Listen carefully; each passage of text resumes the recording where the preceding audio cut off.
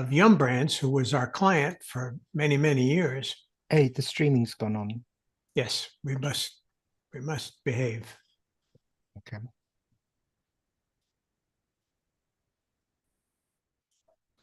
Yep. All right, I'm gonna bring it in over here so I can see it. So you're doing all the hard work today, right? No, I'm not doing any. No, I actually didn't get any response that we're doing it, I guess.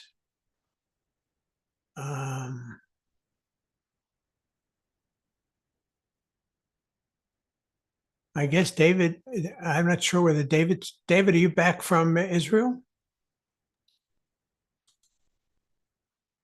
It's a beautiful shot of him and his daughter. Right. All right, so we are live. David is online. He's in the chat, but Oh, there. Hi, I'm here. Oh, we're glad you're here, David.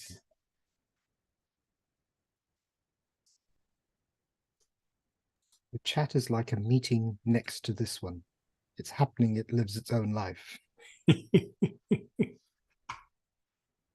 right, so let me break this out of here, move it over there. Get rid of this. Get the chat to pop out. Sorry, I didn't have my ears in. No, but I see you brought your music back, so we're really happy about that. I bet you are.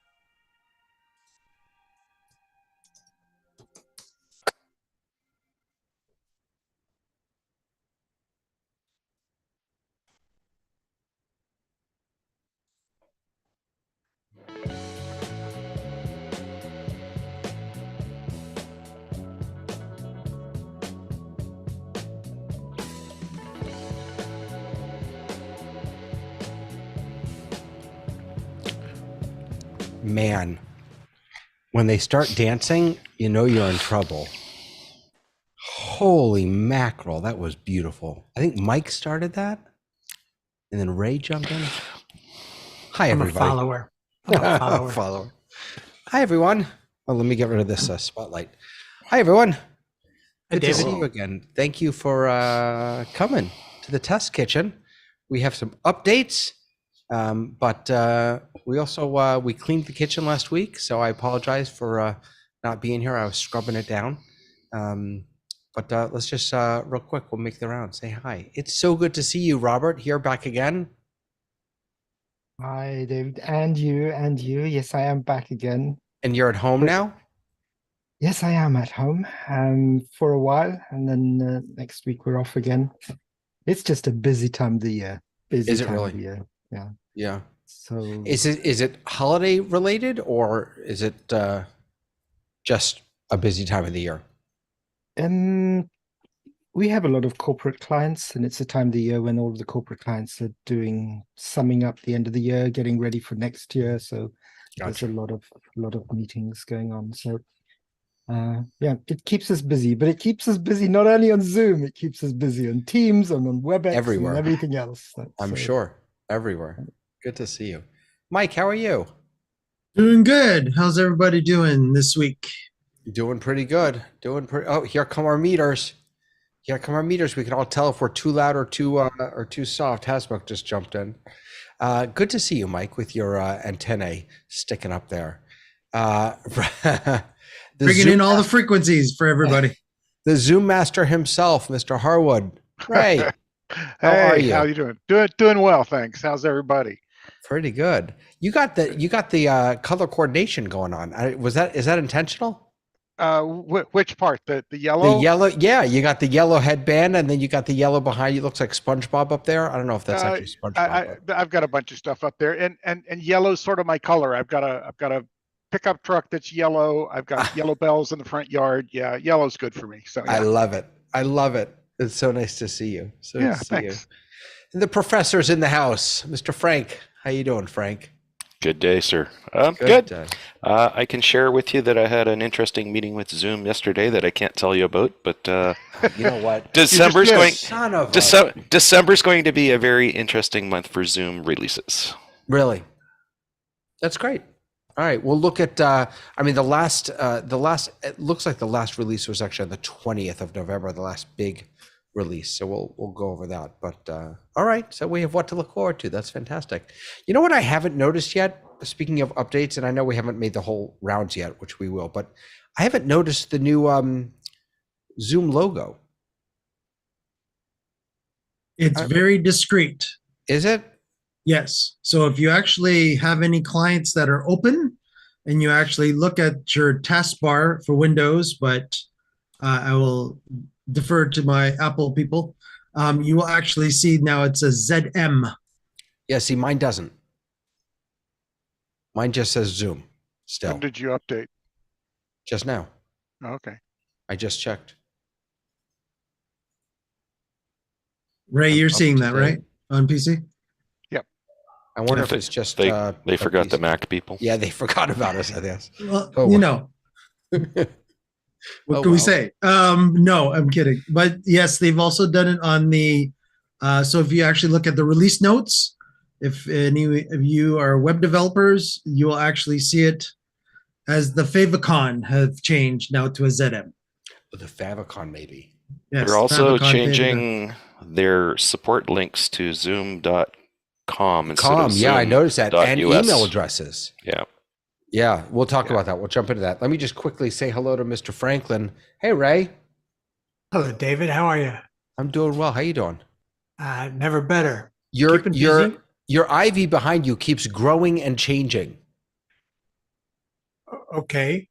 So what's the big screen now underneath the little one? Big screen is a touch screen that is attached to a little Nook computer that's in the back. Any computer will work, but it's nice to have a screen to sign on to or to check messages or what have you while you're just focused on keeping eye contact with somebody up up top. So, Or while you're not focused on keeping eye Well, contact because yeah. you're checking messages. Yeah. well, you do that, but the medical community also have references that they've got to look at and that kind Sure. of stuff. So that's what it's represented. I didn't put a very good package up there to share with you, but it's been very busy. We came back from the American Association of Medical Colleges to find a whole new vertical for it. And it's people interviewing, fourth year medical students interviewing for jobs.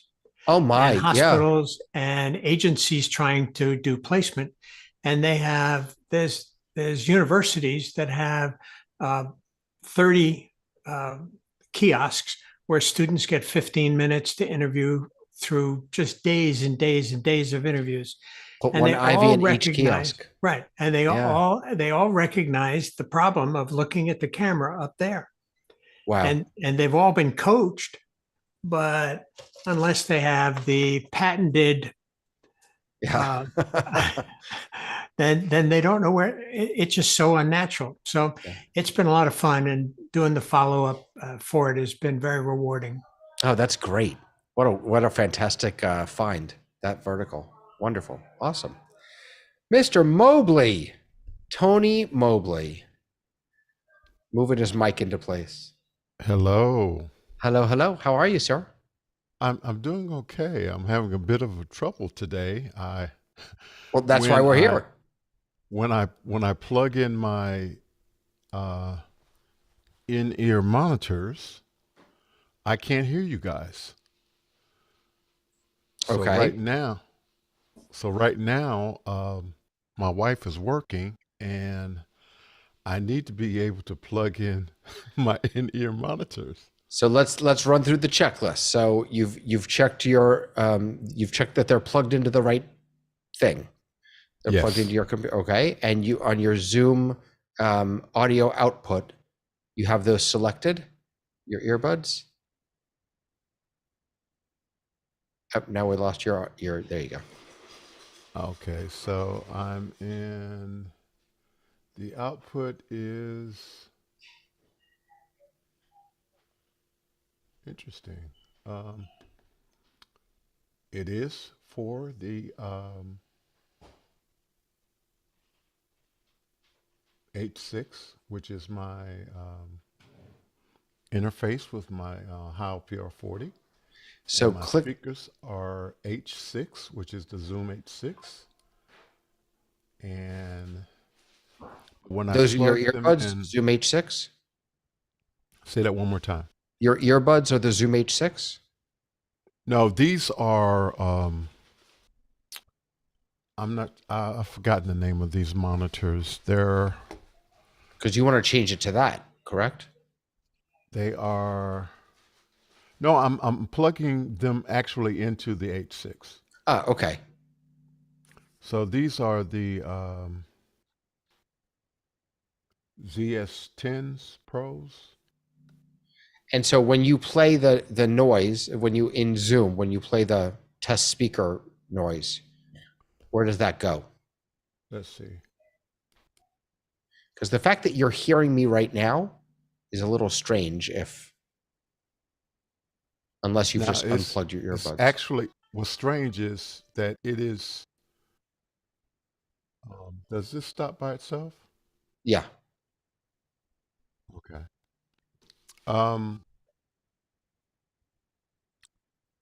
It is set to the H6, but they are not plugged in. The monitors are not plugged in. Well, that's why you can't hear it through your earbuds. Don't you need to plug those in to be able to hear it? Okay, I'll give it a try. Or are you saying when you plug it in, that's when you can't hear anything? Okay. No, I can't hear you guys. Check 1 2 2 2 2. I don't know if you can hear me, but I can't hear you. We hear you. You can hear me? Yeah. Okay, but I can't hear you. So I'm going to take them back out. So now I can hear you guys. Hmm. And this test keeps What are you going. hearing us through, Tony? Do you have some speakers on your desk? No, you're actually coming through the H6. Into your earphones?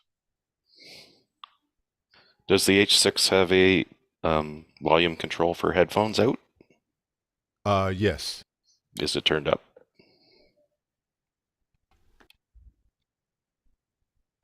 Okay, we'll try that. So the H6 has a built-in, it must have a little built-in speaker.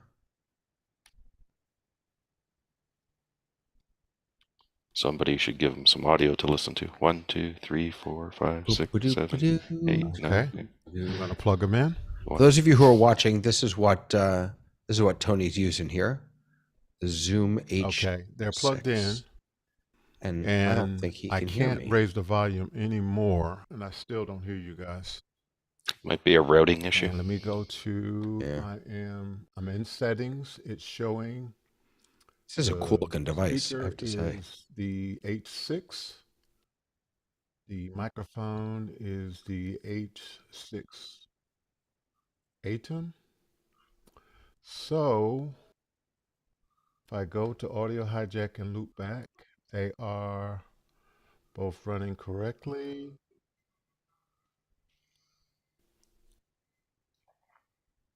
This is what happens when you've got lots of toys that you're playing I'm gonna unplug with. them because I can't hear you And, guys if you're talking to me. It would be. I was I think it's talking. called the inverse square law. Yeah, I was talking to someone the other day, and I said that my setup here works really, really well for me. But God forbid if I ever have to vacuum or move something, because just getting all those little things in order, in place, whether it's the software or the hardware, it really can be pretty challenging. For some reason, especially when it comes to audio, at least for me, it's always very challenging. Yeah. Hey, Tony, I'm curious on the bars on the bottom of the Zoom, the I don't know what else to call them. VU meters. Audio, yeah, the meters. Thank you, the meters. When we're talking, are you seeing those jump at all? Hello, hello. I don't know if Tony even hears us now at this point. Yeah, I don't think he is hearing us. Someone Tony, type in the chat. Thumbs up if you can hear us, Tony. He cannot. Oh, he can. So I can Tony, hear you now. I unplugged it. I unplugged it. When we speak, are you seeing any of the lights jump on your Zoom H6 meters? I know how to fix it. Give your wife some money and let her go out. That's good. She's laughing at that. So are you seeing your meters jump at all when I talk?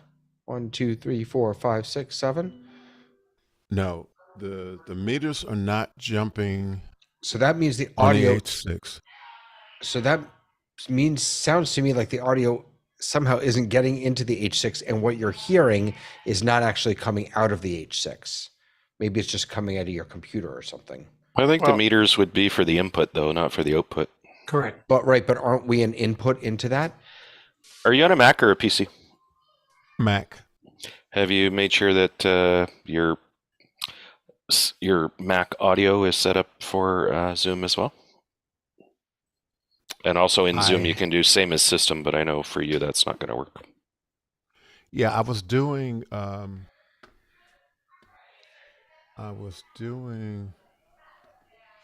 was just thinking, plug your. Right now, it's on Mac Mini speakers, and I moved it to H6. Nothing changed on the computer, and I made changes in the Zoom audio settings. Nothing changed. I have turned off audio hijack, loopback, restarted the computer. It's still having the same effect. Turn audio hijack and loopback off. Unplug the ATEM. And are you running the audio through the ATEM also? No, I'm not running it. Well, for a house of worship, I do run music through my iPads, which go through the ATEM. but yesterday I had a fail on being able to utilize that. I'm not sure why. And since yesterday, it's been kind of wacky, my system. Is the H6, is that plugged into your computer via USB? Is that how that connects? So it's Yes. it's bidirectional? Yes. Right. Okay. Have you rebooted the H6? I know on my Mix Pre sometimes I have to power it down and power it up, and sometimes I have to unplug the USB-C cable after I power down the Mix Pre and then plug it back in for it to recognize it. And sometimes I have to go into the Mac system preferences, utilities, MIDI, and I have to re-add it as a MIDI device. Well, the Not only sure thing you have that to I do that. haven't done is actually, I have powered it down, but I have not unplugged it. So I will unplug it and we'll see what happens. All right. To be continued. It is a cool looking device though, that H6. I had one of the like the H1 or something. I played with it a little bit, not too much. I have one. I have one of those. I have to check it every so often to make sure the batteries aren't dead because I just don't use it as much as I neither used do to. I. Batteries. You can Did you use your check the phone. batteries? Oh yeah, that's a point. Yeah, good point. Tony, do you check the batteries? Or is it plugged in? It's probably getting power. Yeah, we can't hear you now. It's probably getting power from the computer now. Yeah, over USB. Yeah. Yep. All right, well, while he's troubleshooting. Muted. He's muted. No, there you go. Okay. Can you hear me now? Yes, Yeah. we can. Okay. So I unplugged it. And let's see if I can go to the H6. Okay. I am now on the H6. If you guys can say something. Hello, hello, hello, hello. It's a beautiful I don't day hear in the anything. neighborhood. Okay. Would we get taken down for that? Right. We will unplug it. Depends on how good we sing it. Turn the volume down. You may want to So- look at this audio hijack and loopback setup. Yeah, Haswick, he said that, mentioned before that he had actually turned those off. So I'm not sure if. I don't know what loopback turn off means because whatever you've set in there, even if you close the app, it'll still have that. So unless he turned it off in loopback. Right, you can toggle them off. Yeah. See, and he has to whisper because his wife didn't stay up to watch this. She's gone to bed.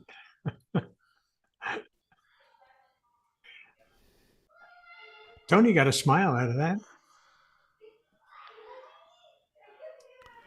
Okay.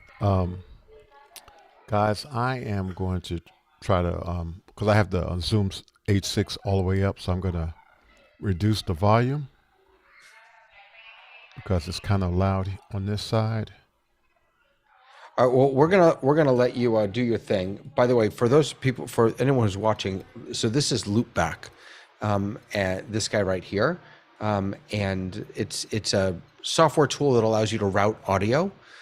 So if you have, say, a microphone and you also want to get audio from specific apps or even other computers that are all connected, you can route that all here.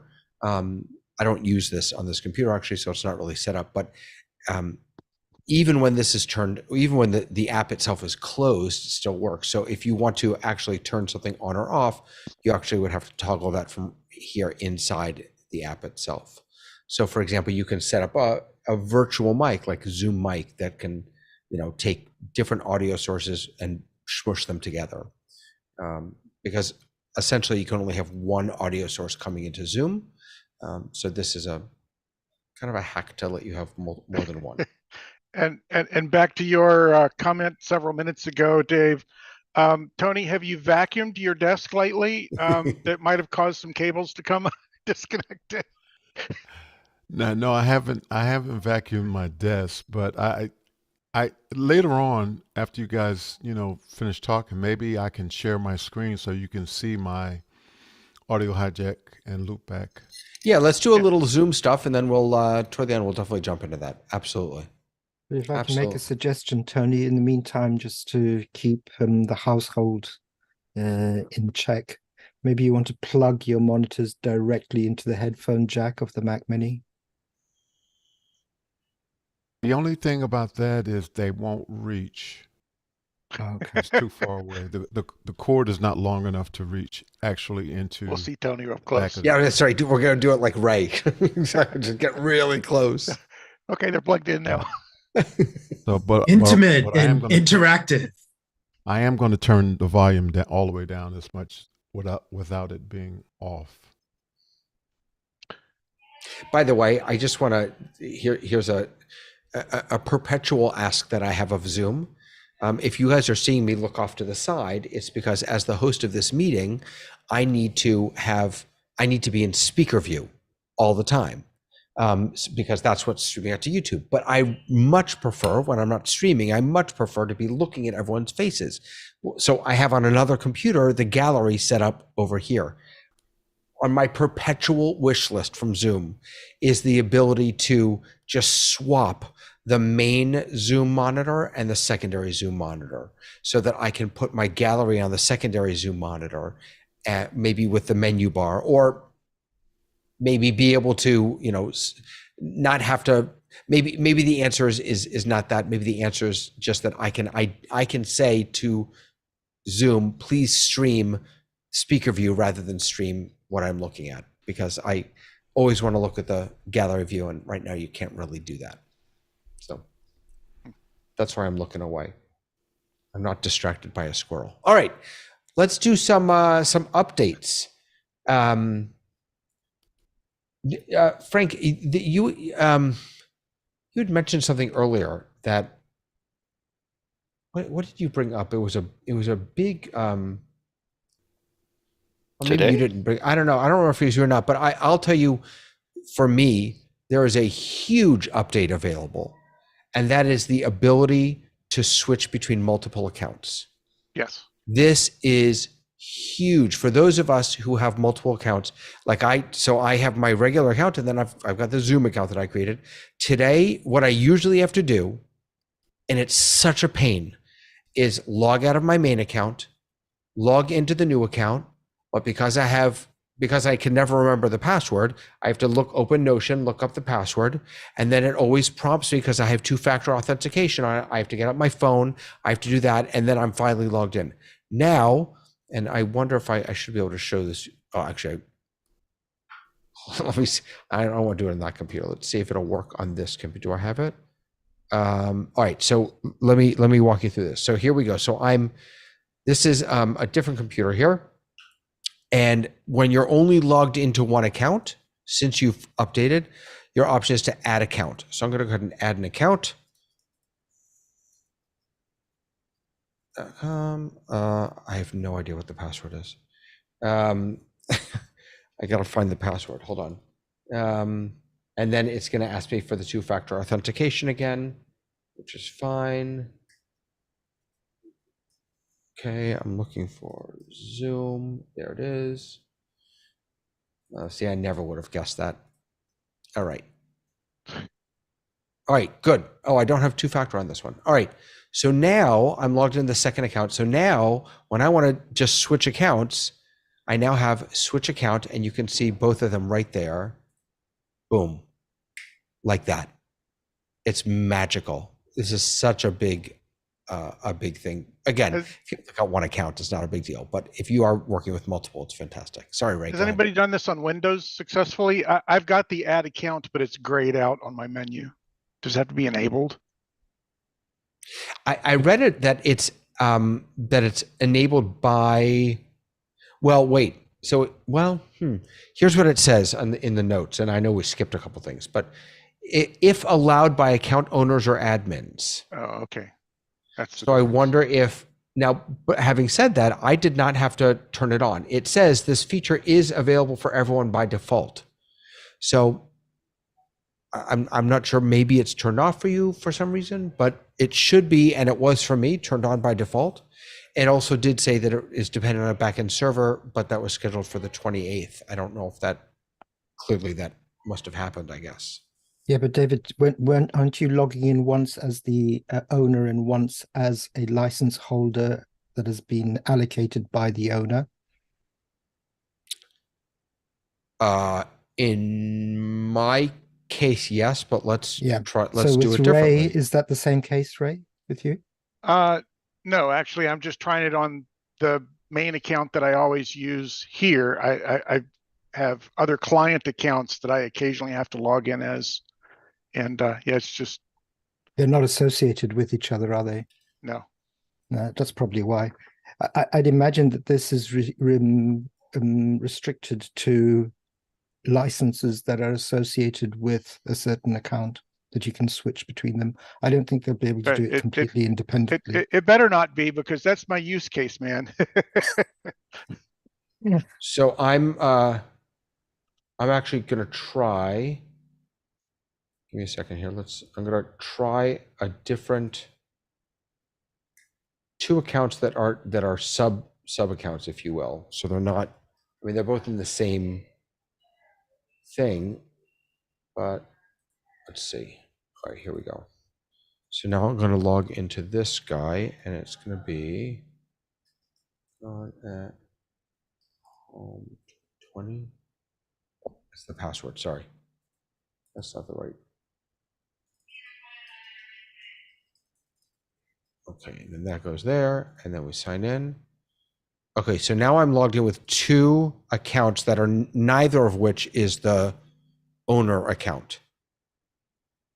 They are both on the same business plan, though. So, so you don't have to have an owner account on here for it to work if you're dealing with the business plan. I don't think that's the issue. Yeah, I think even if you have two work. free accounts, yeah, even if you have Yeah. two free accounts, I bet you it works. But in any case, that was huge for me. It's a really nice change. I posted that link in Discord. I can't remember if it was last week or the beginning of this week. I think that's what I was, when I called your name, I think that's what I was thinking of, because I think I discovered it from you. Yeah, so thank you for that. I'm not turning that on my account because we use SSO through SAML, so I'm not going to be turning that on. SSO through SAML? Can you explain that? Single sign-on. Single sign-on through a protocol that's used for identity management in enterprise environments. Okay, fair enough.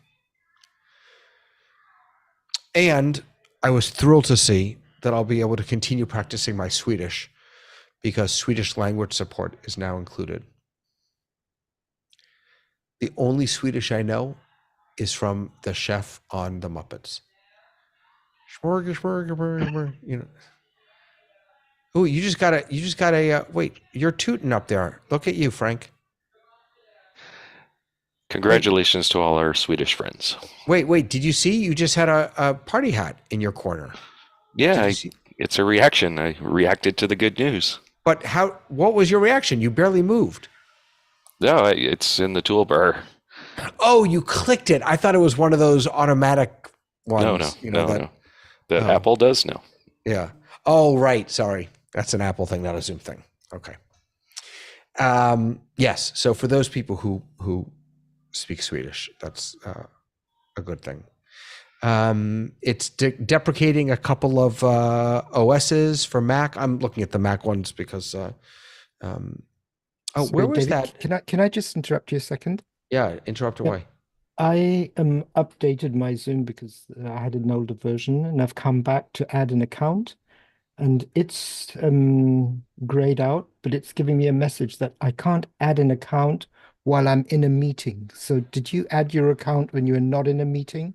I couldn't even click on it, so it didn't even tell me anything. But okay, yeah, that were you makes in sense. Right? Yeah, but the question is, were you in a meeting when you tried to click on it? Yeah. Well, I just tried to click on it 10 seconds ago, so the answer is yes. No. Yes. Okay. Gotcha. So I'm looking. I was just playing with a different client on a different machine. Right. That is not logged into anything right now. Gonna try. Good call. Good call. Thanks, Robert. Where was that? Remember last time we decided that we could look at, there was one list of the, maybe it's here, where it listed what, yeah, I think this is the one where it lists what OS it's each one is for. Let me just jump down here real quick. Yes, this is the one. Okay, so this is the full release list back from the 20th, but this is the big one, I think. So this is all web stuff. The Zoom icon they mention, which again, I have not seen. Various aspects of the Zoom client, including the system tray and taskbar. Notice there's the website icon, browser tab icon. Okay, I don't see that, but let's see, survey settings section. Oh, okay, they just broke survey out. We talked about sign in and switch between multiple accounts. Group settings and team chat, AI companion. Compose thread, Restrict the ability of guest participants to request the host to grant them local record privileges. Couldn't we do that before? No, you couldn't. In fact, I noticed that this week that you can actually switch that option off. They can't request now. Oh, they can't request. I'm sorry. We could always deny, but now we can. Now you can actually turn. Oh, that's okay. That makes sense. And that's only for local recording for guest participants. So Right. if you have people that are on the same account as you, they're not affected by that.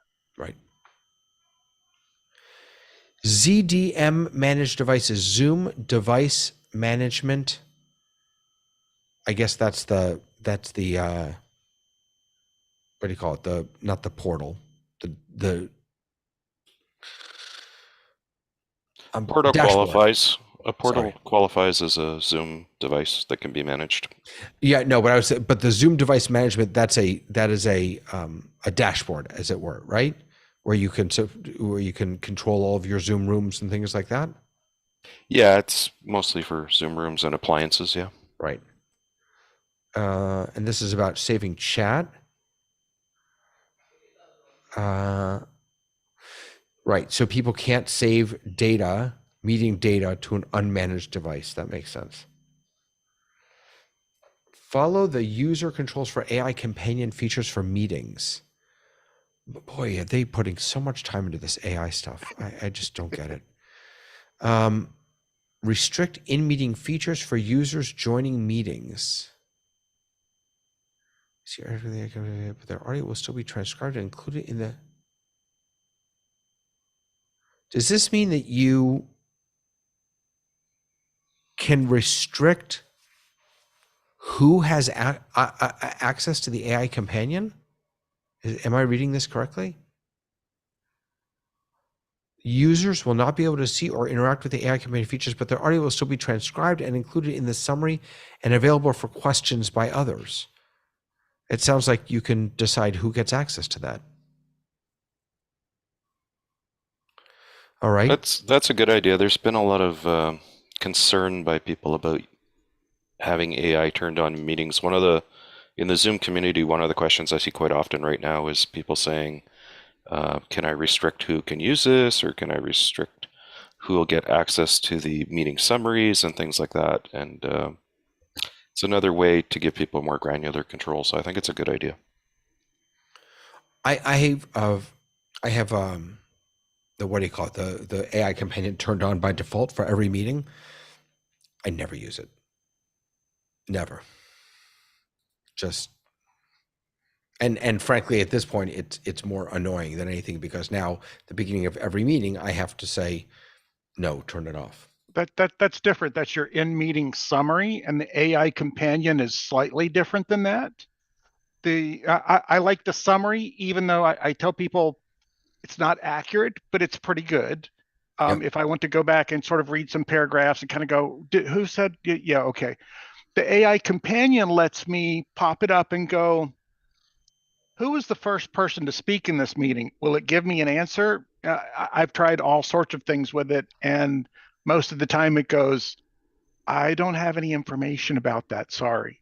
So yeah, it's not Interesting. good for me yet. If you pair that with the use of groups in Zoom admin, then you can really restrict or elevate some groups to have the ability to use AI and other people won't be able to. So let's say you had a company or something and only the executive class could use AI, and you could say everyone else in another group wouldn't be able to use AI. Can I ask a question about the companion while we're here? So here I am. I'm on, where's my doohickey? Wait a second. There you are. There we go. So here's companion. Let me actually close it for a second. And, well, I can't now. Hold on. Let me disable it. I'm going to disable it for a moment. And then I'm going to enable it again. Okay, so this is the part that I don't understand. All right, so when I enable it, I have this option.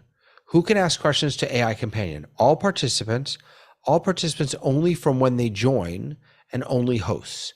Now, the way I understand this, and it's clear that I'm misunderstanding it, is that all participants only from when they join. I mean, why would someone, who could ask a question before they join? If they're not in the meeting, they can't ask. This is only from when they join. So if I join late and you have all participants, I can ask a question about something that occurred before I got here. So that's what I thought. But watch this. That's what I thought. So now I'm going to start it. And I asked the question just about 2 minutes ago, the question you said, who was the first person to speak in this meeting? And the answer, and I've gotten this answer a bunch, was not much has happened since AI Companion was turned on. Try again in a few minutes. Well, you just turned it on. So no, but what I'm saying is it because I said all participants, doesn't it allow us to go back in time? Isn't it? Not if you hadn't started it. You have to start it. Companion was started, which you just started. You didn't actually start the AI Companion at the beginning of the meeting. I never remember to start AI Companion at the beginning of the meeting. How am I supposed to remember that? You can go into your settings. You can set it in when you schedule the meeting, you can set it to auto turn on. But I don't schedule meetings. Well, many of us do. Well, you can still put it in the settings of whatever meeting that you have. All right, so let's jump into, hold on, let's figure this out. Zoom.us. Does Zoom.com work, by the way, yet? Zoom.com? Yeah, it just redirects to Zoom.us. Okay, sign in. Oh God, here we go. Now I'm gonna have to sign in again. And it's gonna ask for my thing. Yeah, I know, I'm coming. Hold on a second. This is really important, everyone. It's just annoying, but it really is important. Okay, so now we're in here. Here's, by the way, is one of the things I mentioned before is that they broke surveys out so that you can see how surveys is now broken out. All right, so you're saying I have to go into my settings. So let's go. Oh no. AI Companion settings. Yeah, settings, and then AI Companion. All right, meeting summary with AI Companion. I have that turned on. Automatically start meeting summary for all meetings I host. I have that turned on. Share summary with only me, right? AI Companion. There you go. Right. Allow it to ask. Okay, automatically start. Who can ask questions? And you can set this here also. Okay. Yes. Now I know this won't take effect in this meeting, but okay, that's good. And then smart recordings. Yeah, that I want, definitely. Whiteboard content generated with AI Companion. Use AI to help users create content on the whiteboard. Sure, why not? I just turned everything on. Let's just turn everything on. Terrible. It's terrible. Okay, good. So that's thank you for clarifying that. I'd like to put a plugin for read.ai, which is what we use for the to replace that. And it's a really handy tool. One of the things I like is that you can search for a word, click on it, and then see the video right away of whoever said that. So you can do that in Zoom also, in the recordings. Okay, but that's not an AI function. Right. Well, so yes, and so it's an AI function in the sense that it it's controlled here in the AI settings. So basically, Smart Recording with AI Companion gives you recording highlights, smart chapters, next steps, and media coach. So you have that, you have your transcript, and you can click in the transcript, and it will take you to that place in the video. I think that's included here in this Smart Recording, but I could be wrong about that. Is Read AI the one that joins meetings without the person actually needing to attend? Oh, you know what? I've been in a couple meetings where the bot joins before the person. That's a lot of organizations are banning these Freaks kind me of out. tools for confidentiality issues. Zoom got a lot of complaining about this and created. You can put in a ticket with Zoom to block these things, or you can set up a registration that requires a CAPTCHA so that the AI can't just auto join every meeting without some sort of control. I think in Read AI, I have to join in order as the leader. I have to join in order for it to start. And it does show up as a box that says it's a participant. Yeah, I always get Read AI and I can't think of the other one. There's another tool that has AI. Yeah. One of them can auto join meetings without, so imagine you're a student and you don't want to go to lectures, but you want the recordings. So people are doing that. And then it's very upsetting to some corporations and other entities that things are auto joining and they feel like it's a security violation. Why do you think Zoom, it says at the top of Read's page that Zoom has selected it as an essential app. Why do you think Zoom is highlighting what is essentially a competition to its own AI companion? Zoom Marketplace. Zoom went in on the marketplace a few years ago to try to make, before Zoom had all of these tools that they're building themselves now on their own large language models, they were augmenting the ability of Zoom by having other tools you could enhance Zoom with through the Zoom Marketplace, and sort of like a favored partner status or something. Maybe they'll revisit what's essential as their tools internally get better. Gotcha. And I want to see the certificate that they got that said that they're a preferred, whatever it is you said that they were. I mean, people make claims all the time, and because they talked to one person in Zoom, they said, "Oh yeah, I really prefer your thing." I don't know. Well, they have a whole blog post on it. We're putting the Ivy in. We're putting, I think, 2 Ivy devices in for Zoom certification, but it's a long process. It's not something you just flip a coin. That's certification. This sounded like a whole different, like preferred something or other. I didn't see the actual text that Dave read. So I'm looking for it here. These are their essential apps. Oh.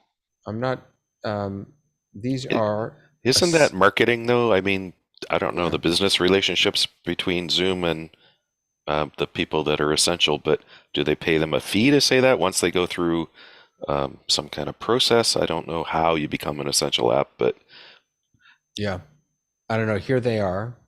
Of course, it's not here now, but where is it? AI note taker. Kahoot, I installed Prezi. a bunch of those at the beginning, and I haven't opened them since. Yeah, I did the same thing. Yeah.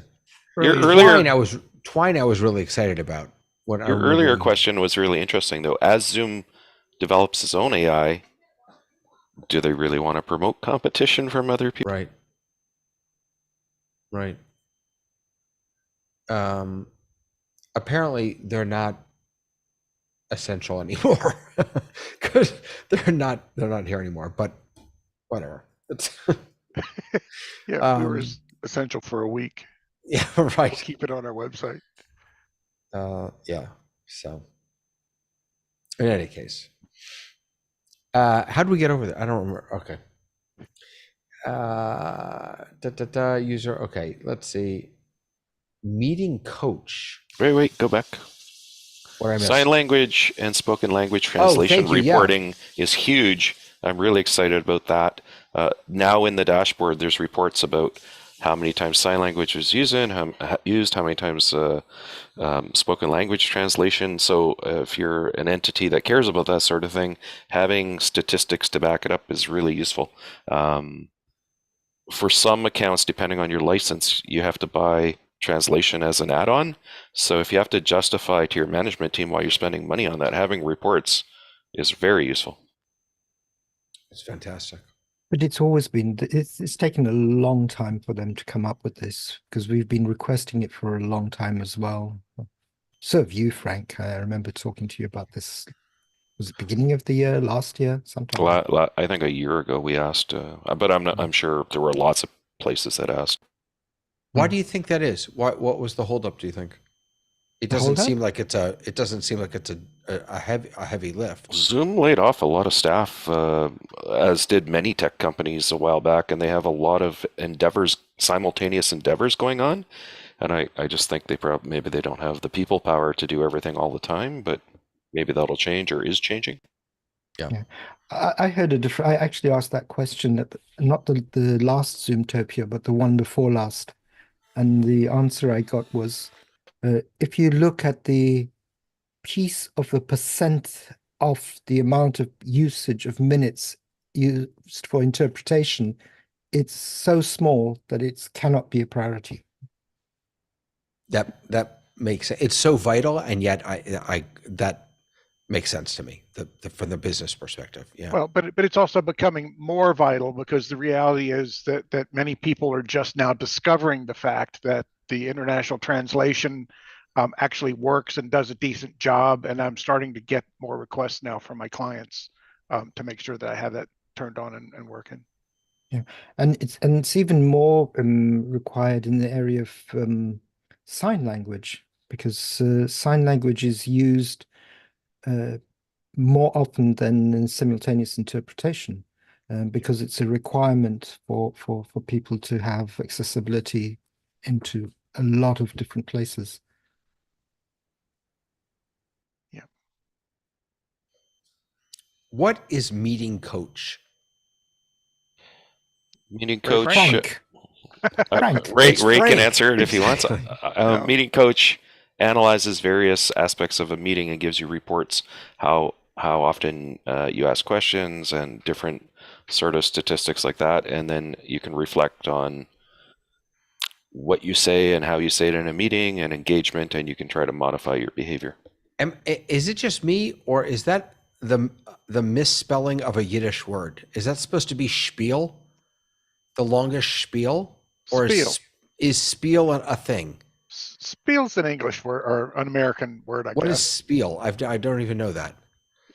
A spiel is just a long discussion, a long, like a monologue. He gave Yeah. me his, I went to the salesman and he gave me his spiel and I told him I No, wasn't he didn't. interested. No, he did not give you a spiel. He gave you a spiel. There's Okay. an H in there. It's a Yiddish word.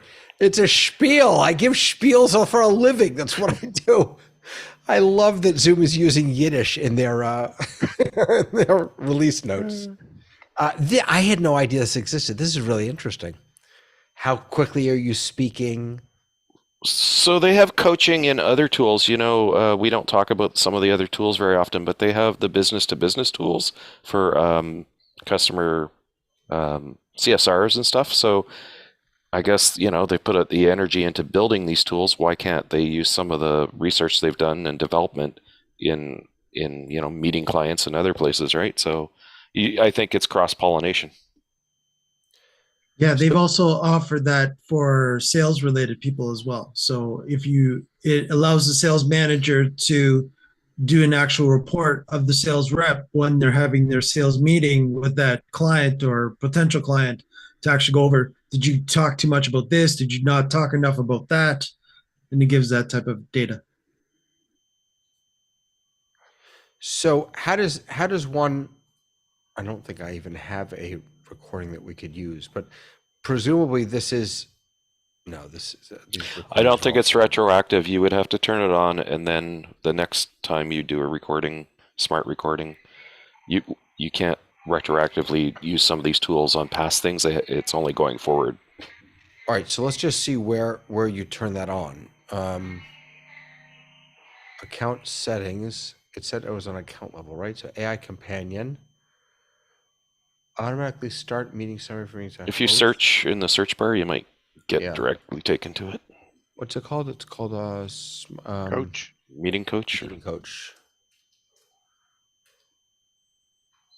Ah, there it is. Create with each recording. Meeting coach. Gotcha.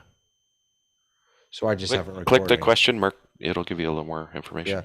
So it says meeting coach gives hosts metrics about their talk listen ratio, talk speed, filler words, and shortest, longest spiel. Only hosts and admins with access to the recordings can view these metrics. I had no idea. I never record anything, so I didn't even know. I'm wondering if it's going to do ums. So as you know well. what? I'm gonna start recording this on my computer, everyone. Just so you know, and I'll intentionally throw some ums in, and we'll see what it does with that. Really interesting. All right, cool. Pete, hi there. I didn't see you jump in here. Good to see you. You're muted, Pete. You're on. There we go. There we go. My Stream Deck isn't like always in sync with Zoom here. So Good to see you. yes, I'm back. Things are going good. Good. All right, let's. I really want to get to the client stuff to see if there's anything different. But got a little more Swedish. Smart. Or no, we did that. Export registrant list from webinars. You couldn't do this before. That's surprising to me. I think there's they've extended it. You could do it before, but you couldn't do it with the join links directly from the webinar details With the page. join link. Yeah. Gotcha. Okay. Great. Okay. All right, let's go down to the client. So if you're on a free account, you now get 1 year of storage. Anyone know what it was before? Was it less than that? If it's cloud storage, it was nothing. Right. Really? Yeah. Now this is for messages. It's local storage. No, it can't be. Oh yeah, local storage duration for free use. How can they delete? I saw those that. into I saw that local question in storage? the community forum. Someone said, "How can you dictate how long I store something on my local hardware?" Right. And I didn't see a satisfactory answer. You know what's interesting about storage stuff is in 2020, I got a webinar account for 1 month to do a couple of events, and then they say, and then I closed it down, went back to my normal everyday person's account, and I downloaded all the information, and they said they would delete it, no problem. Okay, a year later, I sign up for the webinar again. It's back in there. Yeah, that's typical. What they do say, though, that to cover their butts is they say content on the cloud after you shut your account off potentially could be deleted after 30 days. But very often, like many times, we recommend to people that if they've given up their pro account and then they realize they need their recordings, sign up again and they'll still be there. But there's no guarantee that they won't ever enforce that 30 days.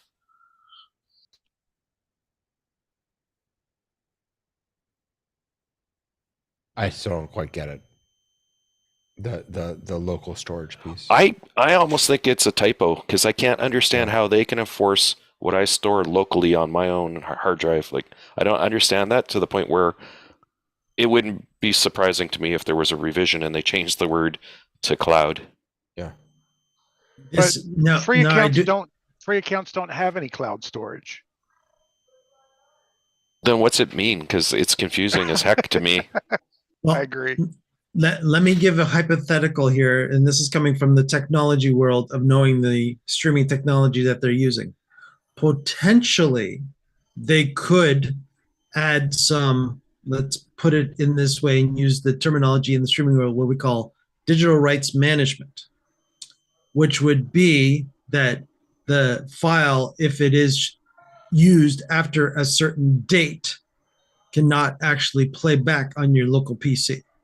This has been implemented years ago, but an example of this a lot of the time will be when you actually, in the beginning days of streaming content, what you're allowed to do is actually download the content, and you're allowed to have it for a month or even X amount of time. And again, there is a potential of that, but again, this would have to be specific to they would have to make sure that they did this to free accounts and not accidentally everybody. And B, the digital rights management when it comes to streaming is difficult to implement and could actually break playback like players, like video players themselves. It could actually break that as well because certain video players don't understand necessarily all the DRM flavors that are available for streaming. So there is that bit of potential. So I'm hoping if you're correct, and I mean, it's a really interesting concept you're saying. So if they're going to put DRM on, let's say, recordings for people who are free users, I think there's going to be a tremendous backlash a year later when people go to access a file and they find out there's DRM on it. There's going to be a lot of backlash. But I just want to clarify, this says messages. So whatever the content is, if there's DRM on it and you get locked out of it and it's on your local equipment, I think people would be upset. I guess what I'm wondering is, because it also says this change will take effect for both new installations and reinstalls. So I'm wondering if somehow your messages are, in Ecamm, which is an app that I use, when I'm building a scene and I add, let's say, an image to that scene, Ecamm actually copies the image into Ecamm. That image now lives in, it doesn't take it out of the other place, but it kind of copies it into the app. I wonder if the messages that we're sending in Zoom chat live in Zoom, as it were, and therefore that's why Zoom can. It's still a little freaky that Zoom could access those. I can answer that by saying this, David. I know that for a fact when it comes to vMix or any vMix or Wirecast as examples that I've been playing with, you can actually bring down the messages from the cloud. So they do have the messages in the cloud. So those messages are sitting on their servers that we do put in chat. Absolutely. Because if I could pull it in and put it as a lower third in vMix or Wirecast and eventually Ecamm, then yes. If you use Zoom Companion AI for meeting summaries, it's creating a transcript on the server, but I've read that the transcript is destroyed or taken off their server after 24 hours. So even though you didn't click record, like record the audio and video, it's making a transcript to make the AI summary possible. And then it, I guess, auto deletes it after 24 hours off of their servers or something. My guess that is it's associated with something different. We know when we record locally where to find those locally recorded files, as technical people. But most non-technical people will go into the portal, go through the recordings, and then you have local or cloud recordings depending on your license type. And under local recordings, I can imagine that they're only going to maintain that database for a year and then release it, because that database has to be in the cloud. It has to be part of their system and not a local file in local storage. Okay, now you have me curious. So, all right, so here's my recordings, cloud recordings, local recordings. So this is looking in my drive, because I can, when I look at the location, this is on my drive, and then I can open it. Now what's going to happen when I open it? Did something happen? Well, I think actually the information that is shown there is in the cloud on Zoom servers, but it knows that it needs to look for the file locally. Well, I can't even open it. This is Maybe you should trust it and not open it, Dave. We don't know what's going to open. well, but I mean, something should happen, shouldn't it? Shouldn't something? That's interesting. There are 147 recordings. How do I have 147 recordings? And these are local recordings. I don't even know it. Like, I never record after hours. What is that? But do you go into after hours and do you get any chat? It could be just the chat.txt files being saved. Right. Okay, so wait. So now, sorry. So when I click that, this is what popped up. You must sign in with the same Zoom account on the web to open this link. So this is probably, let's see, these are from March. Yeah, so these are before, this is when I was using my personal account. So if I were to log in with, which I actually don't have anymore, so I can't even access these. David, you should check that personal folder of your user account to see if you actually have these subfolders. So let's see, users are okay. So now I'm gonna go over here. So I go in there, and then where is it? Documents. I don't even have documents in here. Documents. There we go. Zoom. Yeah, here are all those, but there's nothing in them. I have folders and there's nothing in them. Wonder what that's about. I most definitely did not go in and delete these because I would have just deleted the whole folder. Huh. Something that I've also noticed lately too in the actual Windows client, I will clarify that this was in the Windows client, that previous meetings that I've been in that were local recorded in the actual calendar section of the client, it actually said, would you like to open the recording? Well, now I got rid of them. These I still have. These are still, this is a 48-second recording of a whole bunch of nothing. All right, well, in any case. Oh, here, this is something bigger. Let's see what this is. So this is 3.6. They're huge. These recordings, this file sizes are huge on these. I mean, this is, granted, this is a 3-hour meeting. I don't even know what this is. Oh, this is something, okay, this is, all right, so this is good, actually. I actually don't even know what this is, to be honest with you. But let's just go here. So if I go through the chat, not the chat, I'm sorry, this came up before we were talking about it with about finding the place. So if I click, it'll take me right to that place. You can, there's search transcript just above that even. Yep.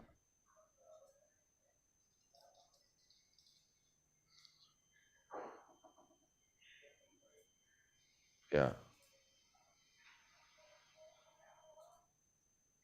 So there you go. And then here are the smart chapters down below. Just kind of neat. Gives you a little summary of what's happening. In any case, okay. In any case, my meeting, wait a second, what just happened? My recording has stopped. Disk space is insufficient. Okay, remember how I was recording? You're also recording locally, right? I was recording locally, but my disk space is most definitely not insufficient. I've got like nothing on this. Maybe I just deleted something I shouldn't have. Let me go back to documents, Zoom. I may have deleted something by accident. Let me try it again. Computer. Yeah, I think I screwed it up because I deleted it by accident. Okay. In any case. All right. Back to our notes. So now we're into the client itself. Lots of disabling. Meeting summary, disable meeting questions, disable. What is? Is this disable the in-meeting toolbar option for meeting summary? I guess these are on the back end. Yeah.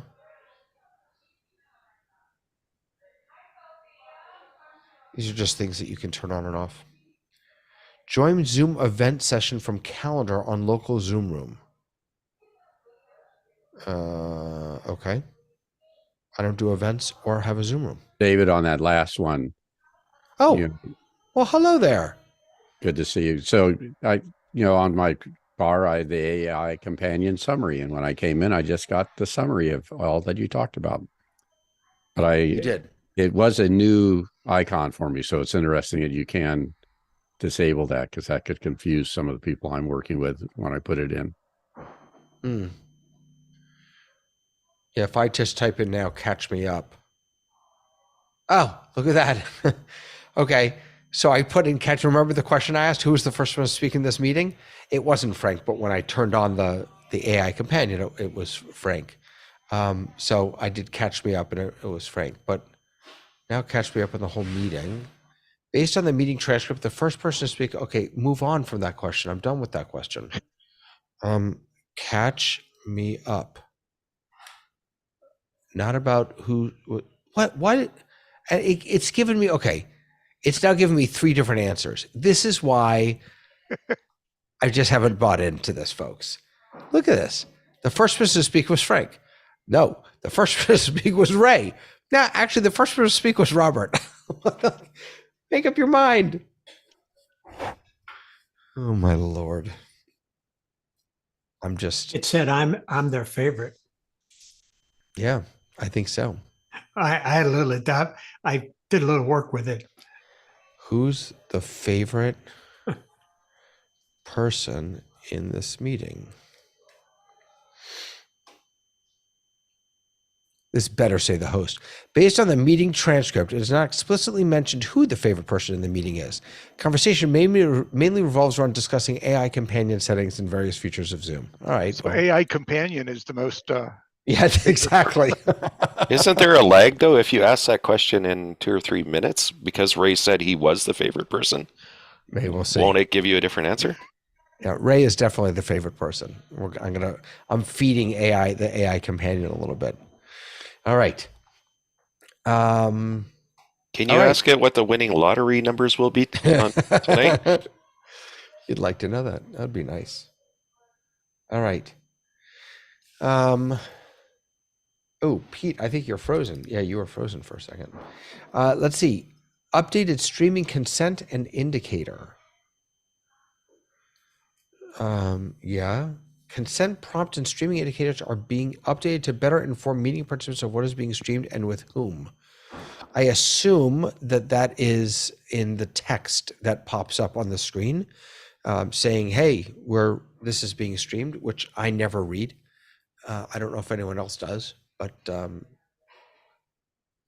saw a post on that somewhere, and someone actually had the text, and it was clearer. It wasn't just, "Hey, there's some live streaming going on." There was more verbiage to it. Gotcha. Then we talked about the smart recording, the gallery view enhancement for participants joined through Zoom Room Companion mode. Does anyone know what Zoom Room Companion mode is? Yeah. Well, thank you. Would you so like to share with the rest of us? At the very top of your Zoom thing, you can transfer from your phone to your laptop and back and forth. So we have that in regular meetings. I don't know if you've ever used that. So let's say you're on a Zoom meeting on your phone and you walk to your computer, you can transfer over to the Zoom desktop client. And now because they're talking about Zoom Room Companion mode, I imagine you'll be able to do something similar. But it's also talking about the tiling in the gallery view, which I haven't read yet, so I'm still catching up. Yeah, so they won't be displayed as a separate tile in gallery after connecting through companion mode. In a Zoom room, they won't be displayed as a separate tile in gallery view. Instead, they'll be listed in the participants panel, nested under the Zoom room they are connected to. If you look at the very top of your Zoom desktop client, you know where there's the sort of the view button. Right next to that is the companion icon. It's sort of a There's an icon there, really? next to the. I got my meeting timer on. I don't know if you do, but next to it is sort of like a, I don't know, like an ovally square with a sort of a bunch of squiggly lines on top. Where is Not a it great- again? I can is take a it again? screenshot and share it in the chat. Okay. So I don't have that. I've just got view. You can turn it off in your account settings. Let me post a screenshot here. Really? Yeah, if you don't want companion mode on your account, you don't have to use it. Oh, but I do want companion mode, and I thought I had everything turned on. Hold on a second. Let's see. Companion mode. Zoom.us. Oh, dear Lord, I have to log it again. Oh, there. Okay. So under settings. Okay, it's in the chat. Companion mode. I got no settings for companion mode. Let's see if it's under account settings. Nope. I think your account owner will have to allow you to switch it on. Well, and I off. am the account owner. Are you logged in as the account owner? Yeah. So Yeah. you might have to go farther up the account, the settings chain to go to the admin role and maybe enable it there if it's not enabled. No, but that's what I did. So, Oh, okay. It's definitely in there. I've had requests to turn it off and I've declined them because I think it's a useful feature for a lot of people who, you're on mobile and then you walk into into an office and you sit down at your computer. Frank, Everything- is it, sorry. What you posted here, I only have it where it says view. It doesn't have that other symbol. Is that what you're focusing on? That other Yeah, symbol? yeah. The other Okay. symbols, I think the companion symbol in it. So that means you haven't got it turned on in your account. And David, are you sure you looked at the admin settings and not the user settings? yeah, no, I'm in, so under account management, account settings. Because is I the- have it. If you just search for companion, you'll find meeting. You can switch it on and off. Where is it? Saw it just now. So I've got companion, but I've got AI companion questions, meeting summary, smart recording, whiteboard content, email compose, team chat thread summary. Why don't I have these turned on? Yeah, okay. Just turn everything on.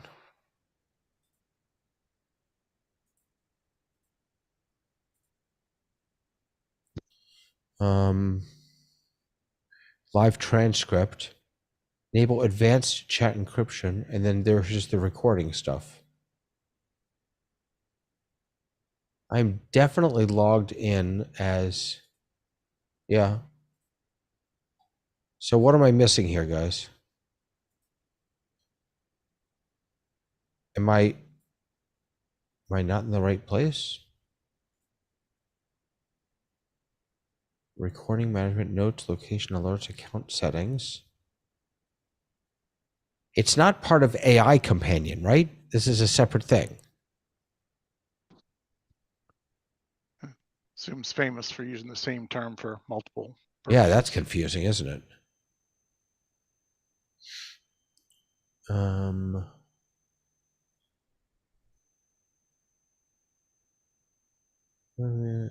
Reports. Huh.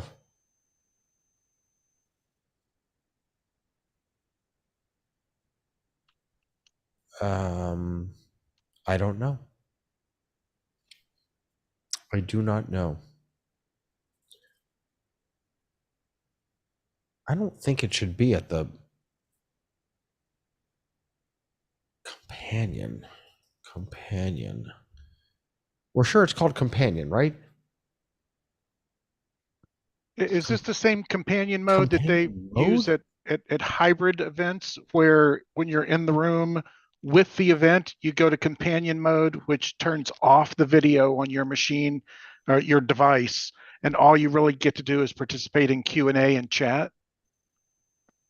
Because that's the companion mode I'm familiar with, and we use that at Zoomtopia.